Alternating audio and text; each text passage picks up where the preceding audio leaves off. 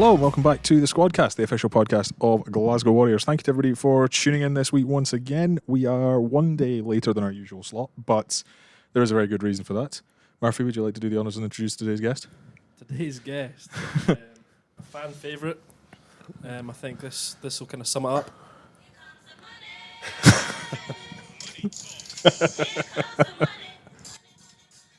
We've got Stafford McDowall. Hey. He's got about the same colour as anything red that you can imagine at the minute. It's because it's cold today. It's because of this. Yeah, Stafford, welcome to the Squadcast after that introduction. Yeah, thanks for having me back. I think this is the third time I've been on now, so yeah, it's nice to be invited back again. I was about to say, I don't know if that's the record or not. I don't actually know who has the record for appearances. I feel like Jack Mann's been on a couple of times, but that was because we messed up his first one. Yeah, Big Nons. Big Nons is at a couple. Big Nons can't get enough of it, to be fair. Big Nons I'm is in on good all company there then. Yeah. I'll take that. Yeah, fair. But yeah, we'll start, obviously, new contract, renewed. We spoke a little bit earlier in the week, but just talk through easy decision. Yeah, very easy decision. I think it's clear, like off the way the club's heading. We all saw that at the end of last season, and the way we've started this season. It's a brilliant place to be, and I like to think we've built something special here, and hopefully we can keep it going. Yeah, Murphy, again, you've played with him for I don't actually know how many years off the top of my head now, but how much of a boost is it to have this man staying around? We'll make him go red again while he's sat in the I room. don't want to make him too much. No, it's great to have Staff here. Obviously, Don't be too Staff nice. when he was in the trenches of early years, and then obviously it's great to see where he is now. Such a young man who's got such a bright future. Hey, Staff. I'm old now. I was going to say, 26. I was looking through your, I was writing your 26, release. Yeah. I'd like. Don't take this the wrong way. You feel like you've been here for forever. I was I amazed you have were been still here only for 26. That's I've the not thing. been anywhere else. Yeah. So. But no, it's a very standard question. But if you look back to when you joined, whenever it was 2017, 2018, debuts 2017, how do you view your own development in the last 7-8 years? Like Murphy mentioned there, it's been ups and downs. I mean, if I could have pictured it myself, it would have been one gradual increase, but I don't think anyone's career really works like that. Like, there's very few who go on that kind of trajectory and manage to stay up there. So, yeah, obviously at the start, it kind of came a bit of a surprise that Ren's got me into the academy off the back of under 20s. And just the opportunity to come in and train was so special. Like I said, I grew up supporting Warriors and watching everyone on the TV. To then be in training kind of a year and a half out of school was a bit of a shock. And those first couple of years went really well. Managed to get a bit of game time. Played a lot for Ayr, which was really fun as well.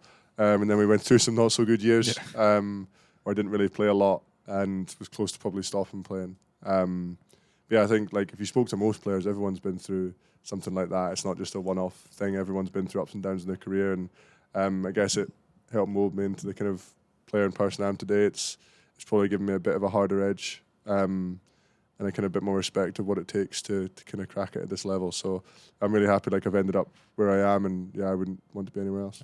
Glasgow highlights so far. We'll talk about Scotland in a minute, but Glasgow highlights so far. In terms of individual games or like we'll go with both. We'll go with individual and team collective, because I feel like Pretoria is probably Pretoria is fairly high on the list. even though I didn't like play, like we were both out there as 24th men, like it was unbelievable. Like the whole running, starting with that Stormers game. I think even the way the whole thing happened, like losing to Lions out there, people wrote us off, came back, like all the boys would say that Zebra game. Obviously they played really well and they pushed us all the way to the end, but coming into a playoff run, we knew we had to be better than that. And then the boys turned it round in the space of a week and marched on all the way to Pretoria and did the job. So yeah, that was obviously stands out as a massively special moment. In terms of personal ones, there's been some decent games, like ones that stick out, like that Munster away game at Thomond Park when we probably went over there with a bit of a younger team.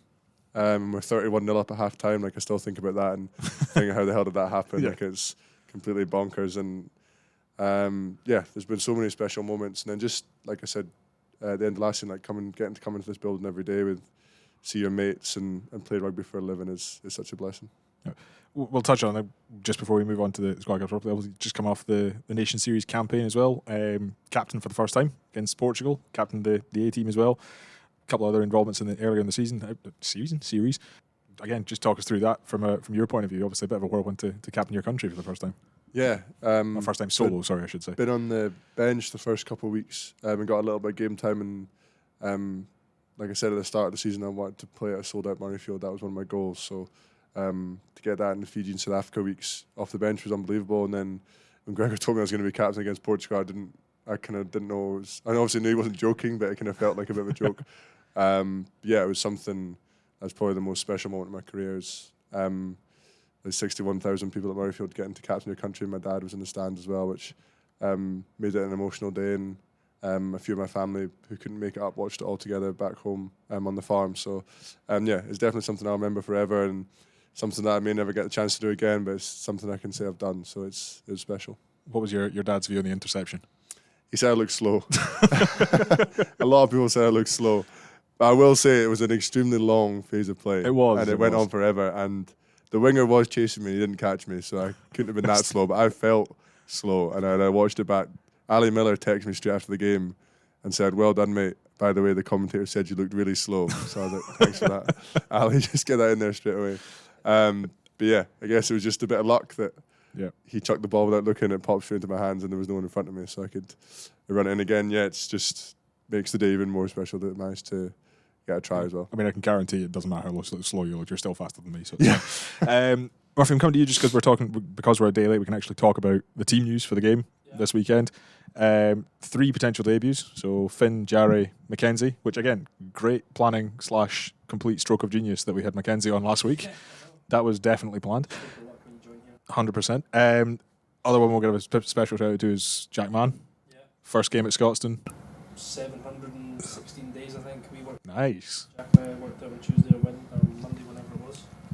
No, that's nice. Class. Seeing boys, obviously Finn's been here for a while now. He's just had to kind of bide his time until he can get a shot. Jarry again, I think he's got such a big potential. You see him around the park, he's a big man, you can't really miss him, and he's got a quality skill set. And then obviously Mackenzie's got a bit of dog in him as well, so it'll be interesting to see how he goes off the bench. And obviously there'll be a lot of comments about selection stuff with 4 hookers in the squad, but it just shows you the quality of our squad and our squad depth now, that Franco believes in all the boys and trusts that we can do a good job. And all the boys are pretty flexible in terms of, if you look at our back row, if we need to replace the second row at any point, any one of them can jump in the second row, and you can bring on the likes of Gus, Gregor or Mackenzie into the back row. So it's pretty fluid there, and Franco's always got a plan, so I'm sure we'll all be covered in every situation and every scenario.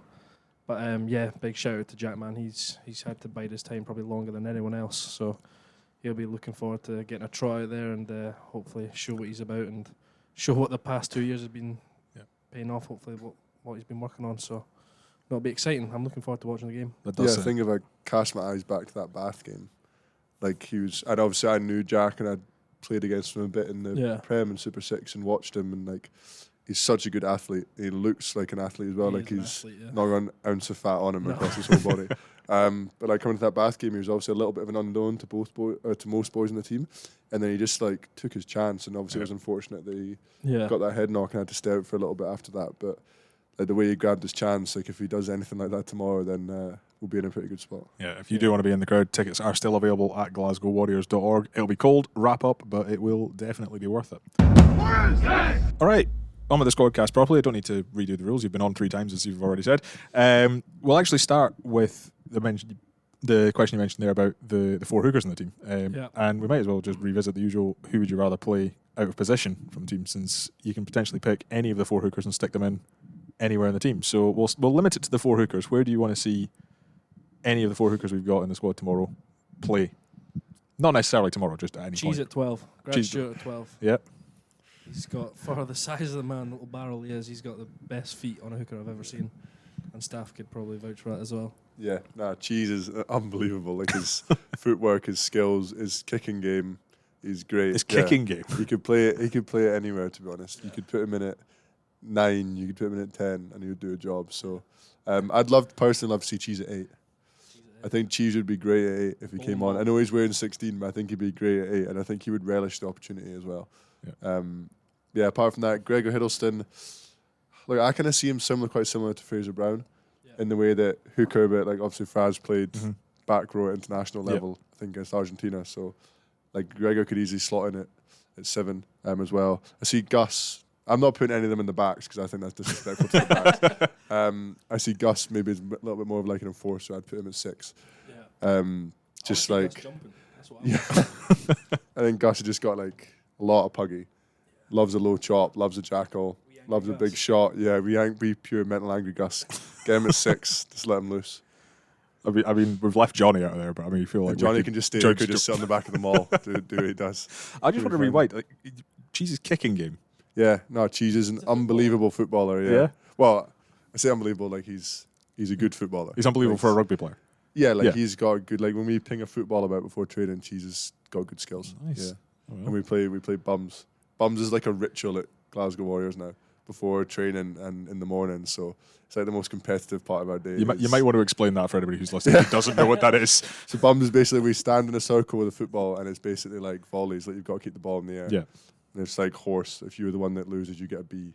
And if you're the first one to get the full bums, then you're bent over against the wall, and we kick the ball 5 meters away as hard as we can. There's been a few head losses. Mackenzie, like Murphy mentioned, Mackenzie's got a bit of dog in him. I didn't know this. I came back in this week, and boys were like, watch out for Mackenzie and bums. Within 3 rallies, he was almost head gone up against the wall. Yeah, it's also a very good team building exercise because it's not only a players' game, it's also a staff game as well. Because we've had Nigel coming in and joining in, and him and Mackenzie have had a 1-to-1 kind of head-to-head, shall we say? Because it gets a bit heated between those two, and Mackenzie's not afraid to go after Nigel, so it's been pretty funny. Basically, what you're saying is watch out for Mackenzie when he comes on, as and when he comes on. Yeah, just keep an eye out for him because he's probably got a pent-up aggression from this week from being hit with bums a few times, from Nigel especially. So yeah, keep an eye on him. All right, moving on. Second question, and this comes from Rory over in St Andrews again. Hello again, Rory. This is we talked about this off air at the start. This is based on you calling Patrick Schickerling a cow last week. Yeah, which was done. That's out of context. That is out of context, but that's the general context for this question, which is which Glasgow Warrior would you name your first pet after? My first pet. Or any pet. Well, since Wills where gave Stafford, me, you've got Wills Reg gave me on. a hell of a time about my name, since it's a dog's name.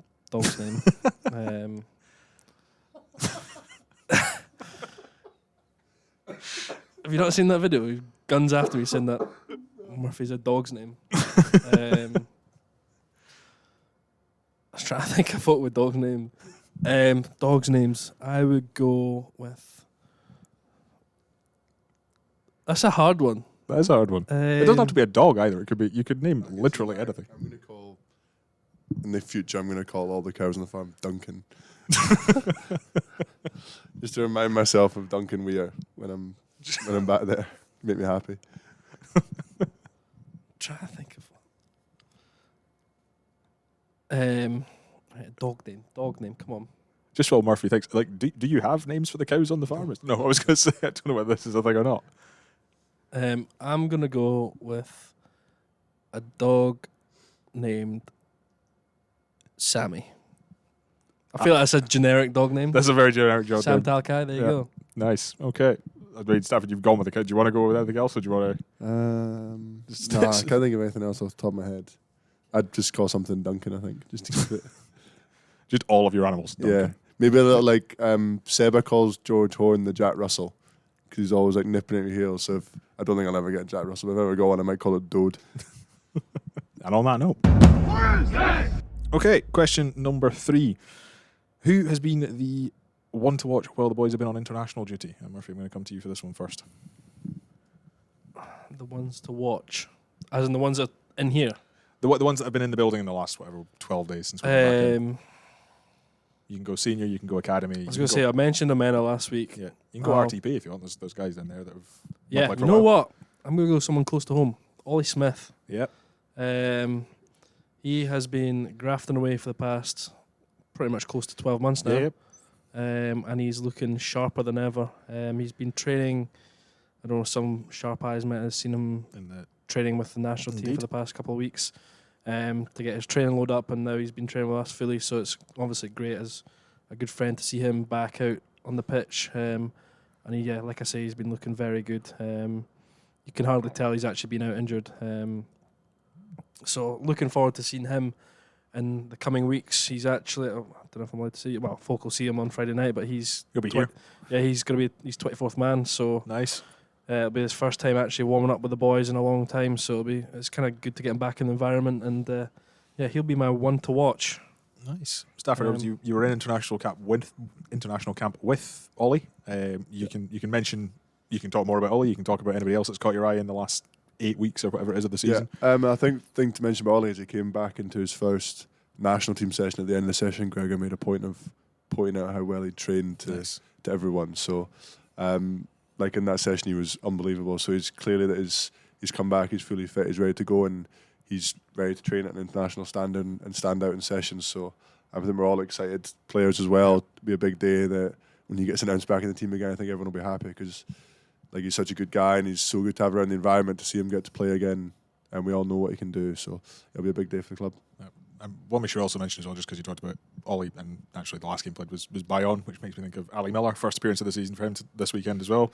Somebody you know very well. I'm excited to see him back out on the pitch. Really excited. Like I love Ali Miller, and he's recently become a dad as well. Most people will have seen on social media. So it's I think his wee one's coming to the game on Friday, so it'll obviously be a special night for him and Amy and his family to run out for the first time as a father. So yeah, it's he's another one that all the boys get behind and all the boys love, and whether he's playing or not, he's unbelievable to have in the building, and he's so good around his detail and stuff, and he's probably one of the more experienced heads in that starting forward pack this week, so it'll be great to see him back out there tearing down the wing, hopefully at full speed again. Yeah, fingers crossed. All right, question 4. This is inspired by our friends over at the BBC. You can ask one other warrior to do one other job around Scotland on a match day. Who are you sending to do what? So this is anything from community engagement to supporter work to food vans, bars, meet and greets. Take your pick. And also maybe tell us why you want to see that particular brand of chaos unfold. Xander on the food trucks. I could kind of put money on that was where you would have ended up there. No, I just saw one of the food trucks pulling in there for the game, and I was like, oh yeah. Stick Xander on the food trucks. No, I'd love to see... Who would I love to see? Demo doing some media. Okay. Duly noted. He's good at He is good at it. He is good at it. Yeah. And not a lot of folk know that because he isn't very forthcoming to media duties, etc., etc. But he's very good at it. Yeah. I've seen Shuggy has been doing some like half-time or full-time stuff. Well, this was before the international stuff. He was doing some bits of comms. He was. Yep. He definitely was. Yeah, he was. And you could tell he was trying to give it the pundit kind of style, which is quite cool to see. So maybe Shuggy's lining something up for post-rugby. Yeah. Yourself? Could believe that. I'd love to see Hasto do some sort of like halftime show. Okay. Like a rap or a dance or something, because I think he's got it in him and you see it in the changing room quite a lot. I think like he's got that in him to do some sort of like halftime performance. Okay, well we've got Hampden coming up, so hopefully he'll be playing as well. But like, he can do both. He can do both. We'll all go in for halftime, and Hasto can stay and do like a performance on the pitch at halftime. Yeah, rap. I think would be good. Nice rap, pyro, lights. Yeah, okay, I can see it. Okay, last question. I'm going to actually come to you this one as well. This is from last week because it's not been deleted off my notes. Which warrior would be your pick to be a coach or personal trainer? Oh, personal trainer. A personal trainer, I'd love Jack Mann to be my personal trainer. We talked about him earlier. The guy's like a Greek god. Like when he wears his vest in gym, it's unbelievable. Like a sight to behold. So I think if I walked into the gym and he told me he was his personal trainer, I was like, well, if I can look anything like you, then I'd take that. In terms of coach, again, I think Ali Miller would make a great coach. I reckon he's likeable. You listen to him. He gets his point across well.